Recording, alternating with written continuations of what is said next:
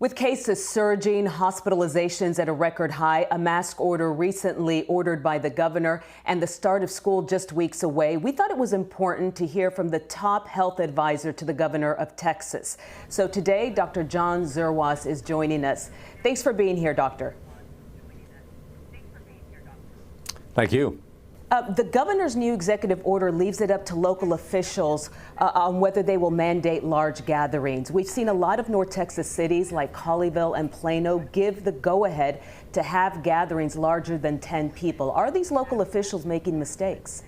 Well, I think the local officials know best what is good for their community. They know the science and they know the public health concerns, as well as anybody, and they know it especially as it applies to their local communities. And so, I think they understand what is expected in terms of really trying to mitigate the spread of this disease.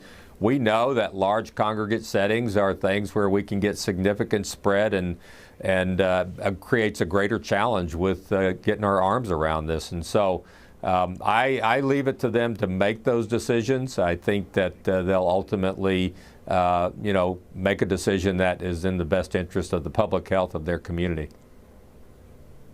We finally got some guidance from the Texas Education Agency for schools and families. Parents are being allowed to choose between in-class instruction or remote learning. Would you send your kids back to school in person, or would you keep them home and teach them from online teachings? Well, I'm in the grandchild phase now, and so I will express this with regards to my grandchildren who are in, 4th and 5th grade, or will be going into those grades. And yes, I would recommend that they go back into their classroom setting. Now, again, I was one of the 4 doctors who was very involved in defining what these recommendations were, working very closely with Commissioner Mike Morath. In fact, I think we spent more time discussing these recommendations than any other recommendations regarding any businesses opening or anything of that nature. So I have a lot of confidence in that. I also have the belief that children in general do not have a bad experience with this illness. The statistics bear that out.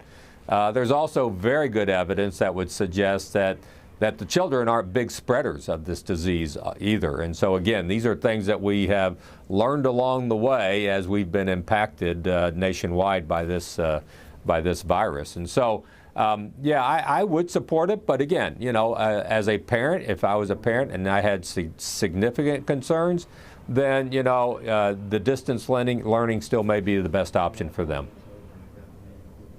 Real quickly, you talked about being concerned with capacity. What about the medical staff? Is there a concern that at some point we'll have too many patients and not enough staff to treat them? That's in fact the big, choke point, if you will, right now is to a large extent we have the physical capacity, or we can create the physical capacity.